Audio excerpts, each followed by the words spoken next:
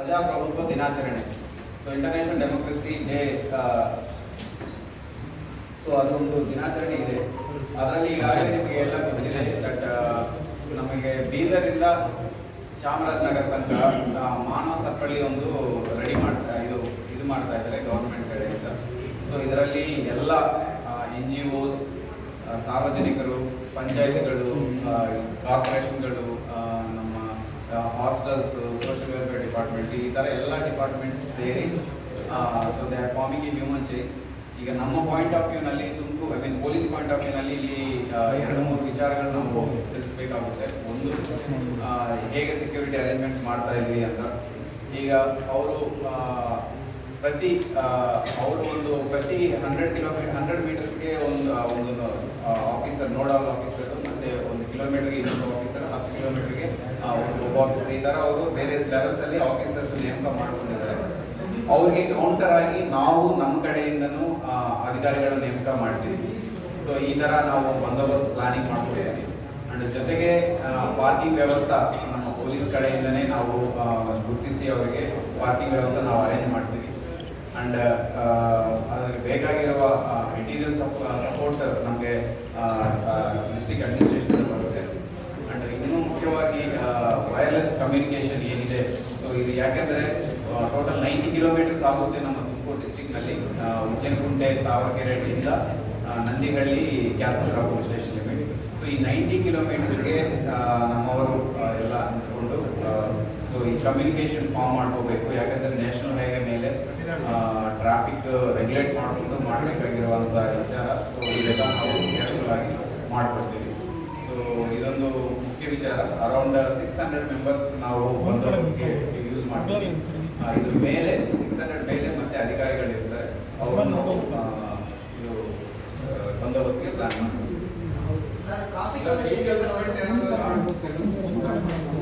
Vehicles regulate ಮಾಡ್ತೀವಿ, stop ಮಾಡಲ್ಲ. ಯಾಕಂದರೆ ಇದು ನಮಗೆ ಟಿಲ್ ಓವರ್ ತನಕ ಅದು 3 ಲೇನ್ ಇದೆ, 6 ಲೇನ್ ಇದೆ road.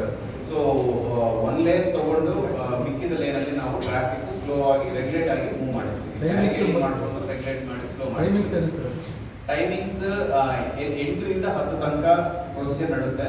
Most probably around 9 to 9:30 ಅವರು ಗೂಗಲ್ ಸ್ಯಾಟಲೈಟ್ಸ್ ಇಂದ ಅವರು ಅದು ಇದು ಮಾಡ್ತಾರೆ, ಫೋಟೋಗ್ರಫಿ ಮಾಡಿ ಅದು ಕನ್ಫರ್ಮ್ ಮಾಡ್ಕೊಡ್ತಾರೆ ಈ ಥರ ಹ್ಯೂಮನ್ ಚೇಂಜ್ ಮಾಡಿರ್ಬೋದು.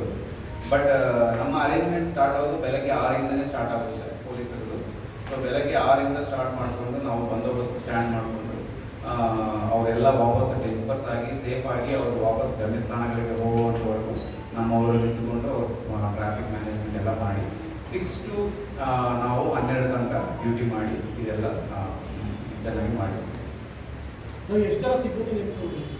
ಸೊ ಅದೇ ಹೇಳಿದ್ರೆ 600 ಮೆನ್ ಅಂಡ್ ಕಾನ್ಸ್ಟೇಬಲ್ಸ್ ಜೊತೆಗೆ 3 ಪ್ಲಾಟೂನ್ KSRP ಅಂಡ್ 8 ತುಕಡಿಗಳು ಇವು ನಮ್ಮ DR ಪಾರ್ಟಿ. ಸೊ ಒಟ್ಟಾರೆ ಸೇರಿ ಒಂದು 800 ತನಕ ಆಗ್ಬೋದು. ಸರ್, ತುಮಕೂರು ಪೊಲೀಸ್ ಠಾಣೆಗಳಲ್ಲಿ ಪ್ರಕರಣ ದಾಖಲಿಸದೇ ತುಂಬ ತಡ ಆಗ್ತಾ ಇದೆ. ಯಾರು ಸಂತ್ರಸ್ತರು ದೂರು ಕೊಡ್ತಾರಲ್ಲ, ಅವರು ಕೇಸನ್ನೇ ತಗೊಂಡಿಲ್ಲ, ಅವ್ರ ಮೇಲೆ ಅಂತ ಕೇಸ್ ಇದ್ರೆ ಇಮಿಡಿಯೇಟ್ ಆಗಿ ನನ್ನ ಹತ್ರ ಬರ್ಬೋದು. I am accessible everywhere. ನನ್ನ ಫೋನ್ ನಂಬರ್ ನಿಮ್ಮ ಹತ್ರ ಎಲ್ಲ ಇದೆ. You give me, I will take action. ಈಗಾಗಲೇ ನಾನು 5 ಜನ ಸಬ್ ಇನ್ಸ್ಪೆಕ್ಟರ್ಸ್ ಇದೇ ಕಾರಣಕ್ಕೆ ಸಸ್ಪೆಂಡ್ ಮಾಡಿದ್ದೀನಿ ಒಂದೇ ದಿನ. ಹಂಗೆ ಒಂದು 30-40 ಜನ ಕಾನ್ಸ್ಟೇಬಲ್ಸ್ ಸಸ್ಪೆಂಡ್ ಮಾಡಿದ್ದೀನಿ. ಯಾರನ್ನೂ ಉಪೇಕ್ಷಿಸೋದಿಲ್ಲ ಈ ವಿಚಾರದಲ್ಲಿ. FIR ಮಾಡಿಲ್ಲ ಅಂದರೆ ಅದು ನಾವು ಇಮಿಡಿಯೇಟ್ ಆಗಿ ಕ್ರಮ ತಗೊಳ್ತೀವಿ. ಅಂಡ್ ನಮ್ಮ DG ಇಂದ, ನಮ್ಮ ಚೀಫ್ ಹೆಡ್ ಕ್ವಾರ್ಟರ್ಸ್ ಇಂದನೂ ನಮ್ಗೆ ಇದೇ ಆದೇಶ, ಮಾನ್ಯ ಗೃಹ ಸಚಿವರಿಂದನೂ ಇದೇ ಆದೇಶ. ಯಾವುದೇ ಆಗಲಿ FIR ತಡೆಯಕ್ಕೆ ಆಗಲ್ಲ. ಸರ್, ತುಮಕೂರು ಜಿಲ್ಲೆಯಲ್ಲಿ ಬೆಳೆ ಹಾನಿ ಪ್ರಕರಣಗಳು ತುಂಬ ಆಗ್ತಾ ಇದೆ. ಬೆಳೆ ಹಾನಿ ಪ್ರಕರಣಗಳು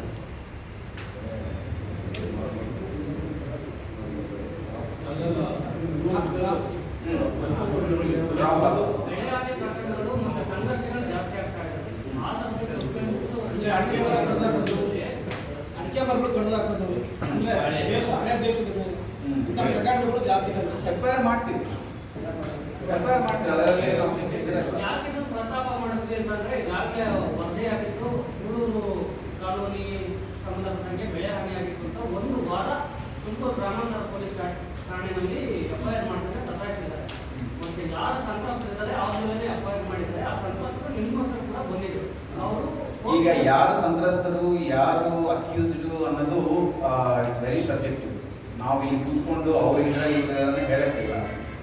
FIR ಮಾಡೋ ತನಕ ನಮಗೆ ಪೊಲೀಸರಿಗೆ ಇದು ಇರುತ್ತದೆ. FIR ಆದಮೇಲೆ ಇನ್ವೆಸ್ಟಿಗೇಷನ್ ಅಲ್ಲಿ ಏನು ಎವಿಡೆನ್ಸ್ ಸಿಗುತ್ತೆ ಅದ್ರ ಪ್ರಕಾರ ಯಾರು ಸಂತ್ರಸ್ತರು ಅನ್ನೋದು ಯಾರು ಅಕ್ಯೂಸ್ಡ್ ಅನ್ನೋದು ಡಿಸೈಡ್ ಆಗ್ತದೆ. ಸರ್, ಆ ಕಡೆ DGP ಆದೇಶ ಏನಿದೆ ಅಂತಂದ್ರೆ ಪಹಣಿನಲ್ಲಿ ಯಾರ ಹೆಸರಿರುತ್ತೆ ಅವ್ರಿಗೆ ಪ್ರಶ್ನೆ ಕೊಡಬೇಕು ಅಂತ DGP ಅವರು ಆದೇಶ ಹೊರಡಿಸಿದ್ದಾರೆ. ಮತ್ತೆ ಅವ್ರಿಗೆ ಇಂಜೆಕ್ಷನ್ ಆರ್ಡರ್ ಇದೆ. ಅವ್ರು ನಿಮ್ಮ ಹತ್ರ ಕೂಡ ಈಗ ಸಿವಿಲ್ ಮ್ಯಾಟರ್ಸ್ ಬಹಳ ಸಬ್ಜೆಕ್ಟಿವ್ ಆಗಿರುತ್ತದೆ, ಇಲ್ಲಿ ಡಿಸ್ಕಸ್ ಮಾಡಿ ಹೇಳಕ್ಕೆ ಆಗೋದಿಲ್ಲ. ಮತ್ತೆ ಪೊಲೀಸ್ ಅಧಿಕಾರಿಗಳು ಸರ್ ಸರ್ಕಾರಿ ವಾಹನಗಳನ್ನ ದುರ್ಬಳಕೆ ಮಾಡ್ಕೊಳ್ತಾ ಇದ್ದಾರೆ. ತುಂಬಾ ತೀವ್ರ ದುರ್ಬಳಕೆ ಮಾಡ್ಕೊಳ್ತಾ ಇದ್ದಾರೆ. ಏನ್ ಮಾಡಿದ್ದಾರೆ? ಇಲ್ಲಿ ರೇಷನ್ ಕಾರ್ಡ್ ಕಳಿಸ್ತಾರೆ ಪ್ರತಿ ಭಾನುವಾರ. ಎಲ್ಲಿ ಮಾಡಿದ್ದಾರೆ? ಎಲ್ಲಿ ಮಾಡಿದ್ದಾರೆ? ಮೊನ್ನೆ APMC ಹತ್ರ ಒಂದು ಪ್ರಕರಣ ಆಗಿದೆ. ಏನಾಗಿದೆ? ಯಾವ ಪೊಲೀಸ್ ಸ್ಟೇಷನ್?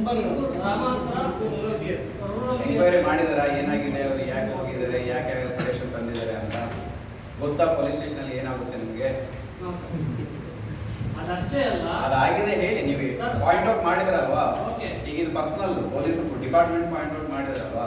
ಯಾಕೆ ಹೋಗಿದೆ ಆ ತುಮಕೂರು ರೂರಲ್ ಜೀಪು ರೇಷನ್ ಶಾಪ್ಗೆ ಹೋಗಿ ಒಬ್ಬ ಯೂನಿಫಾರ್ಮ್ ಅಲ್ಲಿ ಇರುವ head constable driver ASC ration ಸ್ಟೋರ್ಗೆ ಹೋಗಿ ರೇಷನ್ ತಗೊಂಡು ಬಂದಿದ್ದಾರೆ. ಅಷ್ಟು ತನಕ ವಿಡಿಯೋ ಮಾಡಿ ಹಾಕಿದಾರ. ಅದ್ರ ಹಿನ್ನೆಲೆ ಏನು ಎಂಕ್ವೈರಿ ಮಾಡಿದಾರ ನೀವು? ಇಲ್ಲ ಮತ್ತೆ ಅದಷ್ಟೇ ಅಲ್ಲ, ಎಂಕ್ವೈರಿ ಮಾಡಬೇಕಲ್ವಾ ನೀವು? ಅದು ಒಂದೇ ಒಂದು ಪ್ರಕರಣ ಇಟ್ಕೊಂಡು ಅದನ್ನ ನೀವು ಅದೇ ಬೇರೆ ಬೇರೆದು ಇದೆ. ಈ ಹಿಂದೆ ನಿಮ್ ಗಮನ ಅದು ಈಗ ಕೇಳಕ್ಕೆ ಇದು ಅದು ಏನಾಗಿದೆ ಅಂದ್ರೆ ನಮಗೆ ಪ್ರತಿಯೊಂದು ಪೊಲೀಸ್ ಸ್ಟೇಷನ್ಗೆ ಹೋಮ್ ಗಾರ್ಡ್ಸ್ ಇರ್ತಾರೆ. ಸೊ ಈ ಹೋಮ್ ಗಾರ್ಡ್ಸ್ಗೆ ನಾವು ಊಟ ಕೊಡ್ತೀವಿ. And home guards generally temporary ಇರ್ತಾರೆ, ಪರ್ಮನೆಂಟ್ ಆಗಿ ಒಂದೇ ಹೋಮ್ ಗಾರ್ಡ್ ಕಂಟಿನ್ಯೂಸ್ ಆಗಿರಲ್ಲ. ಅದಕ್ಕೆ ಅವರಿಗೆ ನಾವು ಊಟ ಕೊಡಿಸ್ತೀವಿ. ಆ ಊಟ ನಾವು ಕೆಲವು ಸಾರಿ ಪೊಲೀಸ್ ಸ್ಟೇಷನಲ್ಲಿ ಅರೇಂಜ್ ಮಾಡ್ತೀವಿ. ಕೆಲವರು ಡೈರೆಕ್ಟ್ ಊಟ ಏನೋ ಅರೇಂಜ್ ಮಾಡ್ತಾರೆ, ತಂದು ರೆಸ್ಟೋರೆಂಟ್ಸ್ ಇಂದ ತಂದು ಕೊಡ್ತಾರೆ. ಕೆಲವರು ಅಲ್ಲೇ ಕುಕ್ ಮಾಡೋಕ್ಕೆ ಅವಕಾಶ ಇರುತ್ತೆ. ಸೊ ಈ ವಿಚಾರದಲ್ಲಿ ಎಲ್ಲಿ ವಿಡಿಯೋ ಬಂದಿದೆ ಅದರಲ್ಲಿ ಈ ಹೋಮ್ ಗಾರ್ಡ್ಸ್ಗೋಸ್ಕರ ಪೊಲೀಸ್ ಸ್ಟೇಷನ್ ಊಟ ಮಾಡಿಸೋಕ್ಕೆ ನಮ್ಮ ಕಾನ್ಸ್ಟೇಬಲ್ ಹೋಗಿ ತೊಗೊಂಡು ಬರೋಕ್ಕೆ ಹೋಗಿದ್ದಾರೆ. ನಾನು ಇನ್ನೊಂದು ಪ್ರಕರಣ ನಾನು ಹಿಂದೆ ನಿಮ್ಮ ಗಮನಕ್ಕೆ ತಂದಿದ್ದೇನೆ. ನನ್ನ ಹತ್ರ ವಿಡಿಯೋ ಇದೆ. ಅದು ಕೊಂಡಾಪುರ ಗೋಮಾಳದಲ್ಲಿ ನಿಮ್ಮ ಆಫೀಸ್ನಲ್ಲಿ ಕೆಲಸ ಮಾಡುವಂಥ ಸುನೀಲ್ ಕುಮಾರ್ ಅವರು ಪ್ರತಿ ಭಾನುವಾರ ಮತ್ತು ಇತರ ಸಂದರ್ಭಗಳಲ್ಲಿ ಸಂಜೀವನ ಓಡಾಡ್ತಾರೆ.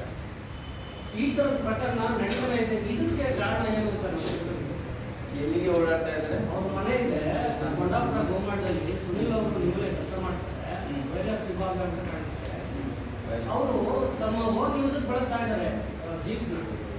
ಇದಕ್ಕೆ ಯಾವ ಪ್ರಮಾಣ, ಇದಕ್ಕೇನಾದ್ರು ರೀಸನ್ ಇದೆಯಾ? ಅವರು ಈ ಥರದ್ದು ಮನೆಗೂ ಕಚೇರಿಗೂ ಓಡಾಡೋದಕ್ಕೆ ಅಥವಾ ಭಾನುವಾರ ಬಳಸೋದಕ್ಕೆ ಇತರೆ ಸಂದರ್ಭದಲ್ಲಿ ಪ್ರಾವಿಷನ್ ಇದೆ. ರೆಂಟಲ್ ಕೊಟ್ಟು up to 500 kilometres 2 rupees per ಇದೇನೋ ಯೂಸ್ ಮಾಡುವ. Up to 500 kilometres within district free ಆಗಿ ಯೂಸ್ ಮಾಡಬಹುದು ಪರ್ಸನಲ್ ಕೆಲಸಕ್ಕೆ.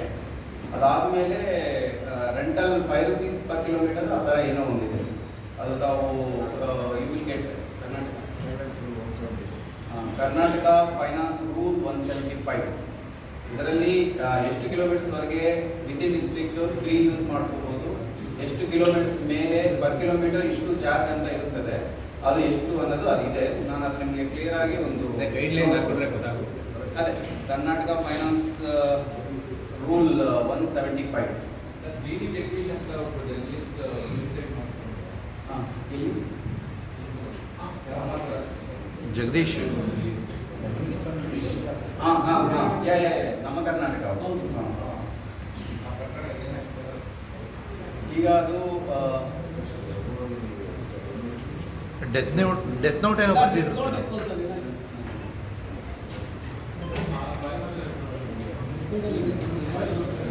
ಸೊ ಅದು ನಾವು ಅವರು ಪೋಸ್ಟ್ ಮಾರ್ಟಮ್ ಮಾಡುವಾಗ ಅದು ಪ್ರೆಸ್ ನೋಟ್ ಸಿಕ್ಕಿದೆ. ಸಾರಿ, ಡೆತ್ ನೋಟ್ ಸಿಕ್ಕಿದೆ. ಸೊ ಅವ್ರ ಫ್ಯಾಮಿಲಿ ಅವರು ಅಕ್ಯೂಸ್ ಮಾಡಿ ಕಂಪ್ಲೇಂಟ್ ಕೊಡ್ತಾ ಇಲ್ಲ. ನಾವು ಇನ್ಫ್ಯಾಕ್ಟ್ ನಾನು ಖುದ್ದು ಇನ್ಸಿಸ್ಟ್ ಮಾಡಿದ್ವಿ, ನನಗೆ ಕೊಡಿ, ಬೇಕಾದರೆ ಇನ್ವೆಸ್ಟಿಗೇಷನಲ್ಲಿ ನಾವು ಏನಾದರೂ ರೆಫರೆನ್ಸ್ ಆಗಿಲ್ಲ ಅಂದರೆ ವಿಲ್ ಟೇಕ್ ಕೇರ್ ಆಫ್ ಅಂತ. ಬಟ್ ಅದು ಅವರು ಒಪ್ಪಿಲ್ಲ. ಆ್ಯಂಡ್ ಎರಡನೇದು ಡೆತ್ ನೋಟಲ್ಲಿ ಪಿನ್ ಪಾಯಿಂಟ್ ಆಗಿ ಇವರು ಕಾರಣ ಅನ್ನೋದು, ನಾನು ಡೆತ್ಗೆ ಇವ್ರ ಕಾರಣ ಅನ್ನೋದು ಎಲ್ಲೂ ಅವರು ಬರ್ತಿರೋದು ಅನ್ನೋದು ಕಂಡು ಬರ್ತಾ ಇದೆ. ಆ ಕಾರಣಕ್ಕೆ UDR ಅಂದರೆ ಸಸ್ಪಿಷಿಯಸ್ ಡೆತ್ 174C ಅಂತ ತೊಗೊಂಡಿದ್ದೀವಿ. ಆ್ಯಂಡ್ ಕೇಸ್ ಇದಲ್ಲ, ಇನ್ನೂ ಅದು ಶಟ್ ಡೌನ್ ಆಗಿಲ್ಲ. ಸೊ ಏನೇ ಬೆಳವಣಿಗೆ ಬರುತ್ತೆ ಅದು ಇನ್ವೆಸ್ಟಿಗೇಷನ್ ತಗೊಂಡು ನಾವು ಆ ಡೈರೆಕ್ಷನ್ ಮಾಡ್ತೀವಿ. ಸೊ ಫಸ್ಟ್ದು ಕಂಡು ಬಂದಿದೆ ದಟ್ ಈ ಇನ್ವಾಲ್ವ್ಡ್ ಇನ್ ಎಕ್ಸ್ಟ್ರಾಕ್ಷನ್ ಅಂತ. ಸೊ ಅದು ಇಮಿಡಿಯೇಟ್ ಆಗಿ ನಾವು ಕೇಸ್ ತಗೊಂಡು ಅರೆಸ್ಟ್ ಮಾಡಿ ಜೈಲು ಕಳಿಸಿದ್ವಿ, ಅವ್ರ ಮನೆಯನ್ನು ಸರ್ಚ್ ಮಾಡಿದ್ವಿ. ಈಗ ಎರಡನೇ ಪ್ರಕಾರ ಇನ್ವೆಸ್ಟಿಗೇಷನ್ ಹಂತದಲ್ಲಿದೆ. ಇದರಲ್ಲಿ ನಮಗೆ ಸ್ವಲ್ಪ ಇನ್ನೂ ಎವಿಡೆನ್ಸ್ ಕಲೆಕ್ಟ್ ಮಾಡಬೇಕಾಗಿರುತ್ತದೆ. ಇವರು ಫೈನಾನ್ಷಿಯಲ್ ಸ್ಟೇಟಸ್ ಹೇಗಿದೆ, ಎಷ್ಟು ದುಡ್ಡು ಸಾಲ ತಗೊಂಡಿದ್ದಾರೆ, ಇಮಿಡಿಯೇಟ್ ಕಾಸ್ ಏನು ಅನ್ನೋದು ನಮ್ಗೆ ಇನ್ನೂ ಈ ಸೆಕೆಂಡ್ ಅಫೆನ್ಸಲ್ಲಿ ಕಂಡು ಬರ್ತಾ ಇಲ್ಲ. ಸೊ ಕಂಡು ಬಂದಿದ ತಕ್ಷಣ ಇಮಿಡಿಯೇಟ್ ಆಗಿ ನಾವು ಕ್ರಮ ತಗೊಳ್ತೀವಿ. ಅದು ನೆಕ್ಸ್ಟ್ ಪಾಯಿಂಟ್ ಅದೇ. ಮುಂದೆ ಆಗದೇ ಇರೋ ರೀತಿಯಲ್ಲಿ ಯಾವ ತರ ಕ್ರಮ ತಗೊಳ್ಬೇಕು ಅಂತ ಸಂದೇಶ ಏನು ಕೊಡ್ತೀವಿ? ಈಗಾಗಲೇ ನಾವು ಫೆಬ್ರವರಿ ಮಾರ್ಚ್ ತಿಂಗಳಲ್ಲಿ ಒಂದು ಡ್ರೈವ್ ಮಾಡಿದ್ವಿ. ಯಾರೇ ಕಂಪ್ಲೇಂಟ್ ಕೊಟ್ಟಿದ್ರೆ ನಾನು ಖುದ್ದು ಮೀಡಿಯಾ ಬೈಟ್ ಕೊಟ್ಟು ಎಲ್ಲರಿಗೆ ಒಂದು ಅವೇರ್ನೆಸ್ ತರಿಸಿ ಜೊತೆಗೆ ಏನೇ ವಿಕ್ಟಿಮ್ಸ್ ಇದ್ರೂ ಬರೋಕ್ಕೆ ಕಂಪ್ಲೇಂಟ್ ಕೊಡೋಕ್ಕೆ ಹೇಳಿದ್ವಿ. ಆಲ್ಮೋಸ್ಟ್ ಯಾರೇ ಕಂಪ್ಲೇಂಟ್ ಕೊಟ್ಟಿದ್ರೂ ನಾವು ಎಕ್ಸ್ಟ್ರಾಕ್ಷನ್ಗೆ ಕಂಪ್ಲೇಂಟ್ ತಗೊಂಡು FIR ಮಾಡಿ ಅವ್ರು ಇನ್ವೆಸ್ಟಿಗೇಷನ್ ಮಾಡಿ ಅವ್ರಿಗೆ ಸಪೋರ್ಟ್ ಕೊಟ್ಟಿದ್ವಿ. ಎಸ್ಪೆಷಲಿ ನಮಗೆ ಇದು ಆಗಿರೋದು. ಇದ್ರ ಜೊತೆಗೇನೆ ನಮಗೆ ಈ ಮೀಟರ್ ಬಡ್ಡಿ ಜೊತೆಗೆ ಈ ಮೈಕ್ರೋ ಫೈನಾನ್ಸ್ದು ಜಾಸ್ತಿ ಇಶ್ಯೂ ಆಗ್ತಾ ಇದೆ. ಎಸ್ಪೆಷಲಿ ಸಂಘಗಳಿಗೆ ಏನು ಫಾರ್ಮ್ ಮಾಡ್ತಾ ಇದ್ದಾರೆ ಅದ್ರ ವಿಚಾರ ಬಗ್ಗೆನೂ ಮೇಜರ್ ಸೋರ್ಸ್ ಅಂತ ಜಾಸ್ತಿ ಆಗಿದೆ. ಗ್ರಾಮಕೂಟ ಅದರ ಪ್ರಾಬ್ಲಮ್ ಏನಾಗ್ತಾ ಇದೆ. ಅದರ್ವೈಸ್ ಅದು ಒಂದು successful financial model. Micro finance Gramakoota ಏನಿದೆ SHG ಅದೊಂದು successful financial model.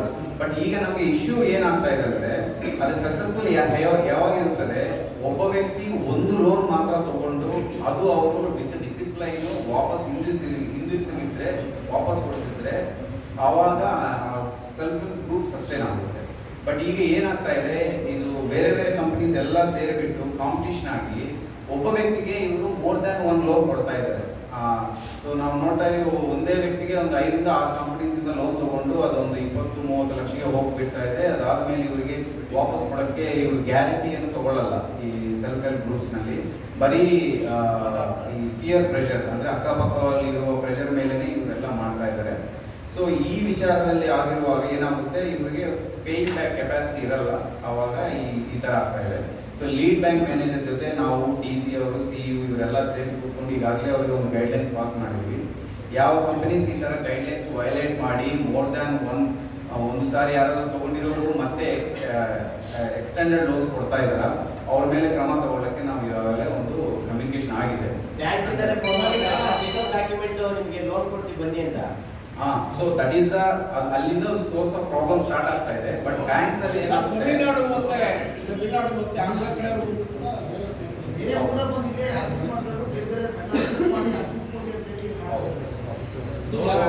Lead bank loan apps ಅಂತೂ ಭಾಳ ಸ್ಟ್ರಿಕ್ಟ್ ಆಗಿ ನಾವು ತಗೊಳ್ತೀವಿ. ಯಾರೇ ಸ್ಟ್ರೈಟ್ ವಾರ್ನಿಂಗ್ ಅಂಡ್ ನಮ್ಮ ಸಾರ್ವಜನಿಕರು ಕಮ್ಯುನಿಕೇಶನ್ ಸಂದೇಶ ಏನಂದ್ರೆ, ಲೋನ್ ಆ್ಯಪ್ಸ್ ಅಲ್ಲಿ ಲೋನ್ ಕೊಟ್ಟು out of the RBI guidelines ತಗೊಂಡು ಲೋನ್ ಕೊಟ್ಟು ಅವ್ರನ್ನ ಏನಾದರೂ ಹರಾಸ್ ಮಾಡೋಕ್ಕೆ ಹೊರಟಿದ್ರೆ ಅವ್ರ ಮೇಲೆ ಭಾಳ ಕಠಿಣವಾಗಿ ಕಾನೂನು ಕ್ರಮ ತಗೊಳ್ತೀವಿ. ಅಂಥ ವಿಕ್ಟಿಮ್ಸ್ ಯಾರಾದರೂ ಇದ್ದರೆ ವಿತೌಟ್ ಎನಿ ಹೆಸಿಟೇಷನ್ ನಮ್ಮ ಹತ್ರ ಬಂದರೆ ನಾವು ಇಮಿಡಿಯೇಟ್ ಆಗಿ ಅವ್ರ ಮೇಲೆ ಕ್ರಮ ತಗೊಳ್ತೀವಿ.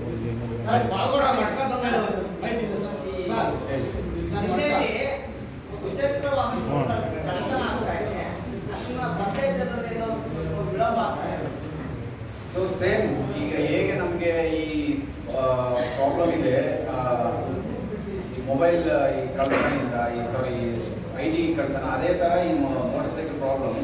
ಈಗ ನಾವು ಎಸ್ಪೆಷಲಿ ತುಮಕೂರಲ್ಲಿ ಸಮಸ್ಯೆ ಹೇಗೆಂದರೆ, ಜಾಸ್ತಿ ಜನ ಬ್ಯಾಂಗ್ಳೂರಲ್ಲಿ ಕೆಲಸ ಮಾಡ್ತಾರೆ, ಇಲ್ಲಿ ಬಂದು ಪಾಪ ಈ ಹೈವೇಸ್ ಮೇಲೆ ರೈಲ್ವೆ ಸ್ಟೇಷನ್ಸ್ ಹತ್ರ ಬಸ್ ಸ್ಟ್ಯಾಂಡ್ ಹತ್ರ ಪಾರ್ಕ್ ಮಾಡಿ ಹೋಗ್ಬಿಡ್ತಾರೆ. ಸೊ ಅವಾಗ they are lying unattended and cars ಥರ ಅಲ್ಲ ಮೋಟರ್ ಸೈಕಲ್ಸ್, ಅವೆಲ್ಲ ಎಕ್ಸ್ಪೋಸ್ಡ್ ಇರ್ತವೆ. ವೈರ್ಸ್ ಡಿಸ್ಕನೆಕ್ಟ್ ಮಾಡಿ ಅದು ಕನೆಕ್ಟ್ ಮಾಡಿದರೆ ಅದು ಸ್ಟಾರ್ಟ್ ಆಗಿರ್ತದೆ. ಕಳ್ತನ ಮಾಡೋಕ್ಕೆ ಈಸಿ ಅಂಡ್ ಇದೆಲ್ಲ ಮಾಡ್ತಾ ಇದ್ದಾರೆ. ಅದಕ್ಕೆ ನಾವು ಏನು ಮಾಡಿದ್ದೀವಿ ಅಂದರೆ, ಸೊ ಈಗಾಗಲೇ ನಮ್ಮ ಡಿಟೆಕ್ಷನ್ ಚೆನ್ನಾಗಿ ಆಗ್ತಾ ಇದೆ. So I will next time ನಾವು ಸಿಗುವಾಗ ನಾನು I will share the details. But otherwise cameras, ನಮ್ಮ ಸ್ಮಾರ್ಟ್ ಸಿಟಿ ಕ್ಯಾಮರಾಸ್ ಒಂದು ಅಳವಡಿಸಿದ್ವಿ. ಅದರಿಂದ ಭಾಳ ಡಿಟೆಕ್ಷನ್ ಆಗ್ತಾ ಇದೆ. ಒಂದು ವೇಳೆ ಒಂದು ಗಾಡಿ ಕಳ್ತನ ಆಗಿರ್ತೇನೆ ಅದು ಮತ್ತೆ ನಮ್ಮ ಕ್ಯಾಮ್ರಾಸ್ ಒಳಗಡೆ ಬಂದರೆ ಟ್ರೇಸ್ ಆಗ್ತದೆ. ಆ ಥರ ನಾವು ಕೆಲವು ಗಾಡಿಗಳು ಟ್ರ್ಯಾಕ್ ಮಾಡಿ ಅರೆಸ್ಟ್ ಸೆಕ್ಯೂರ್ ಮಾಡಿದ್ದೀವಿ. ಸೊ ಇದು ನಾವು ವರ್ಕ್ ಮಾಡ್ತಾ ಇದ್ದೀವಿ. ಸರ್, ಈಗ ಪ್ರವಾಸಿ ಇಂಪಾರ್ಟೆಂಟ್ ಮ್ಯಾಟರ್ ಇದೆ ಮಾತಾಡೋಣ. ಮಾತಾಡಿ ಸರ್.